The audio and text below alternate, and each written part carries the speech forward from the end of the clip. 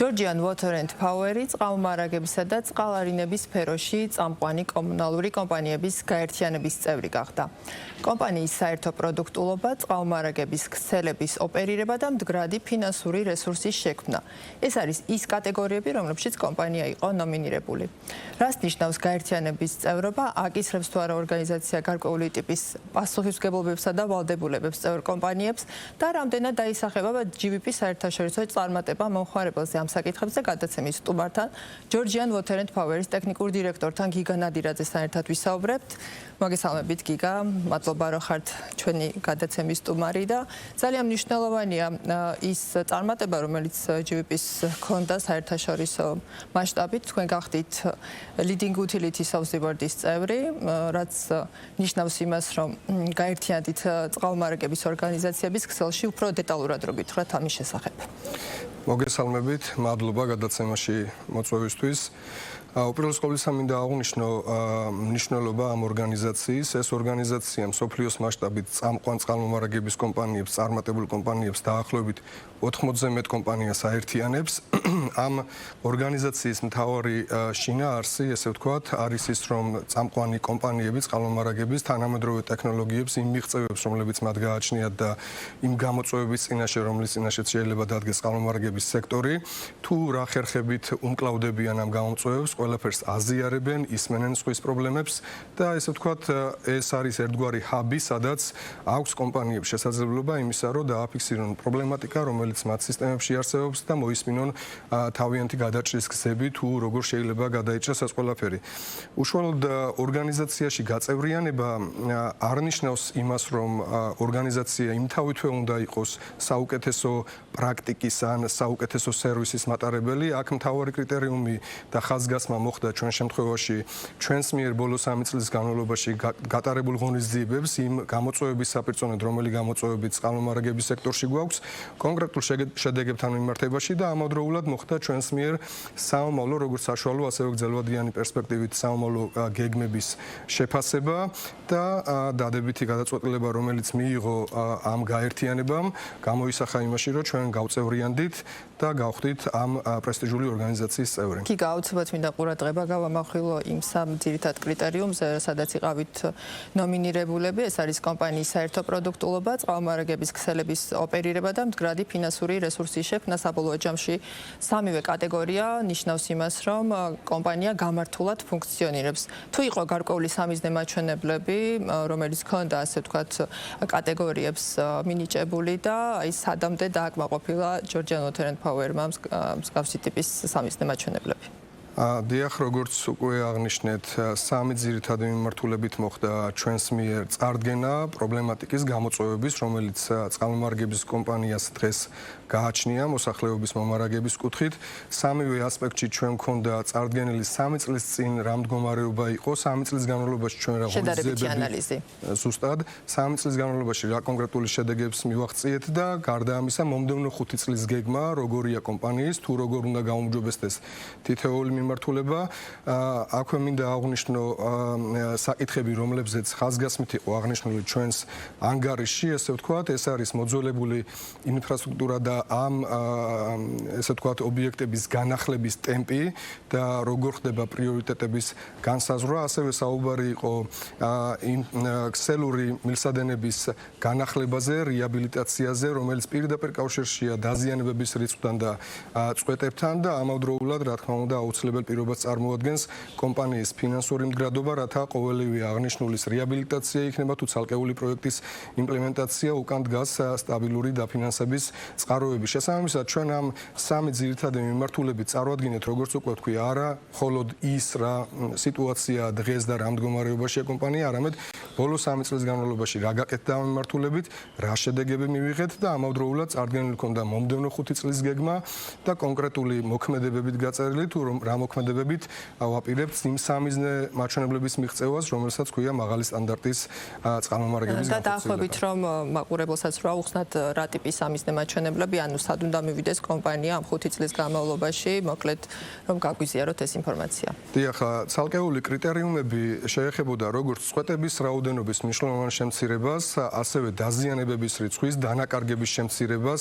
აქვე საუბარი იყო ინფრასტრუქტურის განახლების ინდექსზე, თუ რამდენი ხნის განმავლობაში რა ესე ვთქვათ ტემპით უნდა განვაახლოთ ჩვენი მილსადენები და არა მარტო მილსადენები, იმიტომ რომ ბოლო ათწლეულების განმავლობაში როგორც მოგეხსენებათ, ფაქტობრივად არ ხორციელდებოდა ინვესტიციები წყალმომარაგების სექტორში, განსაკუთრებით ეს შეეხება 90-იან წლებს, როდესაც ფაქტობრივად აკუმულირებდა მოძველებული მილსადენები, სატუმბი სადგურები, რეზერვუარები, რამაც უკვე თავის შედეგი წლების განმავლობაში იქონია. არ ხდებოდა ამ ესე ვთქვათ ელემენტების განახლება და ჩვენ ახლა უკვე გვიწევს დაჩქარებული ტემპით, რომ განვაახლოთ ეს სისტემები, რათა ის სერვისის სტანდარტი შევინარჩუნოთ და გავაუმჯობესოთ, რომელიც აუცილებელია მოსახლეობის მომარაგებისთვის. თუმცა ისიც უნდა აღვნიშნოთ, რომ ერთიანად მსხვილი ინვესტიციის განხორციელება სავარაუდოდ იქნება არაგონივრული, რადგანაც საბოლოო ჯამში ყველა ხარჯი აისახება ტარიფზე და ტარიფი უნდა იყოს ისეთი, რომ მოსახლეობას შეეძლოს ტარიფის გადახდა, ხო? ამავე სამიძე ძალიან მნიშვნელოვანი ფრაზა გაჟღერდა აქვალიას რეგიონალური დირექტორის მიერ. მან აღნიშნა, რომ საქართველოს წყალმომარაგების რეგულირების სისტემა არის ერთ-ერთი საუკეთესო იმ 18 ქვეყანას შორის, სადაც ოპერირებს აქვალია. რას ნიშნავს წყალმომარაგების რეგულირების საუკეთესო სისტემა? ეს არის მაგალითად საკანონმდებლო ბაზა, რეგულირების სექტორის ჩარჩო, იგივე კომუნიკაცია საჯარო სექტორთან თუ თქვათ საინვესტიციო გარემოს გაუმჯობესების მიზნით გადადგმული ნაბიჯები და სხვა მექანიზმები.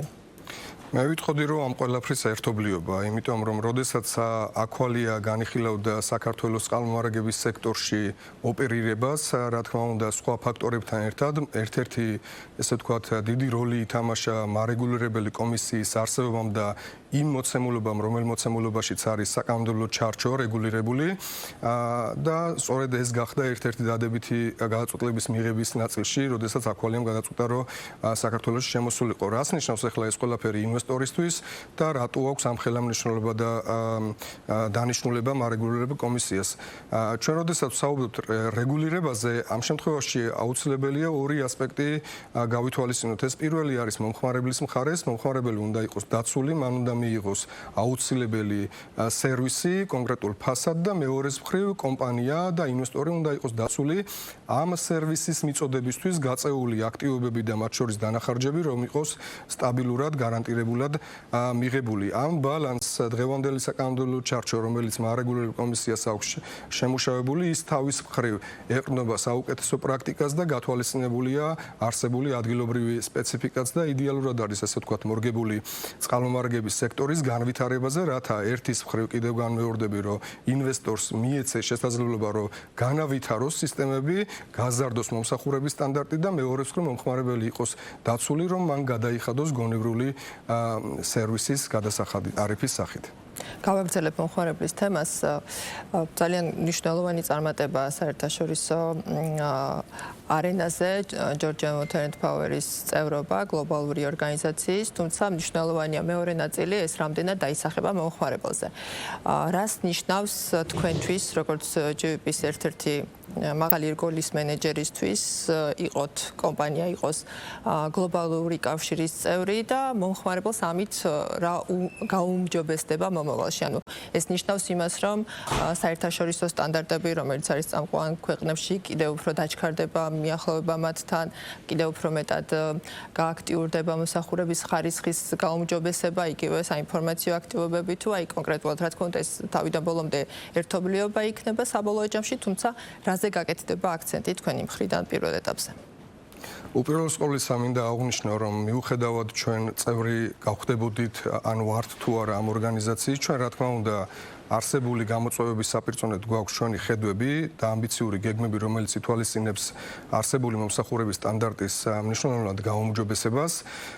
თუმცა ამის მიღმა წევრობა ნიშნავს იმას, რომ ჩვენ როდესაც რაღაცა კონკრეტული ხედვა გვაქვს, კონკრეტული გამოწვევის საპირწონედ, ჩვენ ამ ჩვენს გეგმას და ხედვას ვაზიარებთ და ვისმენთ ჩვენი კოლეგების მოსაზრებას, რომლებსაც უკვე გავლილია ეგზა და მათ გააჩნიათ კონკრეტული წარმატებული მაგალითები. გეგმები ამის შესაბამისად ჩვენ იმ გეგმების და ხედვების ფორმირებისას, როდესაც ამ ყველაფერს მსგავს ტიპის ორგანიზაციის წევრობის ფარგლებში ვაზიარებთ, კიდევ ერთხელ ვწმუნდებით, რომ მაქსიმალურად ეფექტიანი გზა არის არჩეული, რომ ეს სერვისი გაუმჯობესდეს. გარდა ამისა, აქვე აღნიშნავ, რომ მსგავს ტიპის პრესტიჟული ორგანიზაციის წევრობა დამატებით, ესე ვთქვათ, ახალისება არის თანამშრომლების мотиваცია, რომ მათ ვინაიდან ჩვენი ყველაზე ღირებული აქტივი, ესე ვთქვათ, ჩვენი ადამიანური რესურსია, მათ უნდა კონდეს მაქსიმალურად мотиваცია, რომ ეს ყველაფერი, ეს გეგმა იქნება, თანხwebdriver იქნება რაღაც სტანდარტებთან, რომ შეასრულონ და გააკეთონ. ამიტომ მე ვფიქრობ, რომ ორი მიმართულებით იმუშავებს დადებითად ჩვენზე. ერთი, რომ უშუალოდ ჩვენი გეგმა და ხედვები სისტემების გაუმჯობესების კუთხით იქნება მაქსიმალურად უფრო ეფექტიანი და ამავდროულად ეს დადებითად აისახება ჩვენს კომპანიაში დასაქმებულ პერსონალზე, რომლებიც ყოველდღიურ რეჟიმში უზრუნველყოფენ ამ ყველაფრის გაკეთებას. ძალიან საინტერესოა და გიგა აუცილებლად მინდა შევეხო ჩვენი საუბრის ბოლოს თქვენ საინფორმაციო აქტივობებს ბოლო პერიოდში საკმაოდ ისეთი აქტიურები იყავით საგანმანათლებლო ნაწილში გარდა იმისა რომ მიყვებით მომსახურების ხარისხის გაუმჯობესებას და სხვადასხვა ქსელების ინფრასტრუქტურის რეაბილიტაციას საკმაოდ დიდ ყურადღებას უთმობს კომპანია საინფორმაციო აქტივობებს რა არის ბოლო გეგმები უახლოესი გეგმები რასაც კომპანია განახორციელებს ჩვენ ყოველწლიურად გვაქვს სხვადასხვა ტიპის, ესე ვთქვათ, PR კამპანიები, რის ფარგლებშიც უზიარებთ საზოგადოებას ინფორმაციას მიმდინარე პროცესებთან დაკავშირებით, როგორიც არის ინვესტიციები, წყალმომარაგების სისტემის მდგომარეობა, ზოგადად წყალმომარაგება როგორ ხდება, ეს ყველაფერი მიზნად ისახავს, რომ ჩვენი მომხმარებლის ცნობიერება მაქსიმალურად გაიზარდოს და გარდა იმისა, რომ ჩვენ ამ ყველაფერს ვაკეთებთ, ასევე აქვე მინდა შემთხვევით ვისარგებლო და აღვნიშნო, რომ ჩვენ სულ ახლა ხანს გავხსენით, დავაარსეთ გადამზადების სკოლა, სადაც თითოეულ ჩვენს თანამშრომელს პერიოდულად ხდება სპეციფიური მიმართულებებით, დარგობრივი მიმართულებებით ჩვენი კადრების გადამზადება, რაც ასევე მნიშვნელოვნად შეუწყობს დარგის პოპულარიზაციას ხელს, რათა უფრო მეტი ახალგაზრდა დაინტერესდეს დარგში მოღვაწეობით და შემდეგი საქმიანობით. წარმატებებს გისურვებთ, საკმაოდ მნიშვნელოვანი საქმე წამოგიწიათ. იმედს ვიტოვებ, რომ უკვე შემდგომი, ასე ვთქვათ, შედეგებით აუცილებლად ვისაუბრებთ ამ გადაცემის ეთერში. დიდი მადლობა გადაცემაში მონაწილეობისთვის. მაყურებელს შევახსენებ, რომ დღეს ჩვენ ვსაუბრობდით Georgian Water and Power-ის წევრობაზე გლობალურ ორგანიზაციაში. გადაცემა ბიზნეს პარტნიორი ხვალამდე გემშვიდობებად, მეორე შაბათამდე გემშვიდობებით, ნახვამდის.